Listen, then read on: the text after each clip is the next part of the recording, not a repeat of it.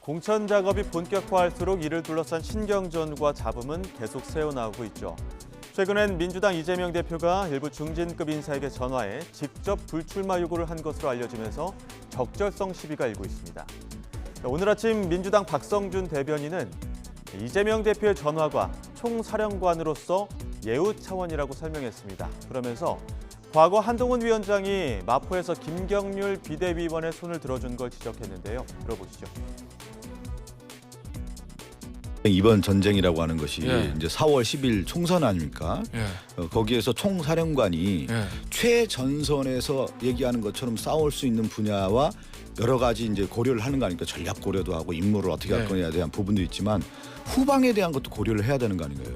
그런 편에서 저는 이재명 당대표가 어떻게 보면 예우도 해주고 이러한 부분에 대한 어떤 고려 차원에서도 하는 것이 그런 차원에서 접근하지 않았나 싶습니다. 그러면 한동훈 비대위원장이 어떤 현장에 가고 거기에 그 위원장이 있었을 거 아니에요. 그 지역위원장이 있는데 지역위원장 앞을 바라보는데 이 사람이 우리가 가야 할 사람이다 그렇게 손들어주는 게 맞습니까? 김경률 비대위원은 이에 대해 바로 반박에 나섰습니다. 당 내외의 규정상 원칙에 어긋나지 않았다는 건데요. 그러면서 오히려 이재명 대표의 전화가 더 문제라고 맞받았습니다. 어떤 이유 때문일까요? 방금 말씀 들었는데요. 박성준 의원께서 말씀하시는 거. 저는 저희 한번 여쭤봤어요. 당내 인사분들에게 이런 것들이 조금 그동안 통상의 과정과 다르냐 이렇게 했더니 뭐 절대 그러지 않고 그리고 통상적으로 있어 왔고 특별한 뭐 당내외 당내규라든가 이런 것에 어긋나지 않다 이렇게 들었었습니다. 현 의원이나 전 의원에게 전화해서 어떤 불출마를 뭐 권고하는 취지의 얘기를 했던 거 그건 어떻게 보세요?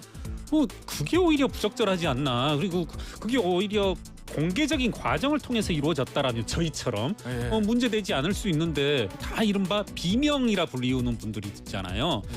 그런 것들이 보면 어떤 상당한 의도를 가지고 행해진 그런 것들이 아닌가 이렇게 생각되어집니다. 한편 설 연휴 빅텐트 구성을 마치고 현역 의원 영입에 박차를 가하고 있는 개혁신당. 한동훈 위원장은 일종의 영주권을 얻기 위한 위장 결혼과 같다며 3지대 빅텐트를 평가절하했는데요.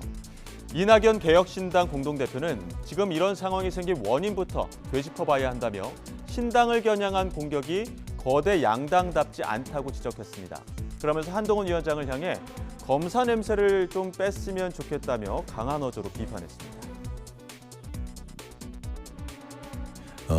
그런데 양당한테 말하고 싶은 것은 같은 시기에 신당이 4개나 한꺼번에 생긴 건 아마 한국 정당 사상 처음일 거예요. 왜 그런 일이 생겼던가? 양당의 국민들이 많이 실망했기 때문에 그럴 거예요. 그러면 거대 양당이라면 자기들이 뭘 잘못했는가? 왜 이런 현상이 빚어졌는가? 이걸 먼저 생각하는 것이 옳지. 이제 막 생기는 신당한테 그렇게 욕을 쏟아부어가지고 거대 양당답지 않고요.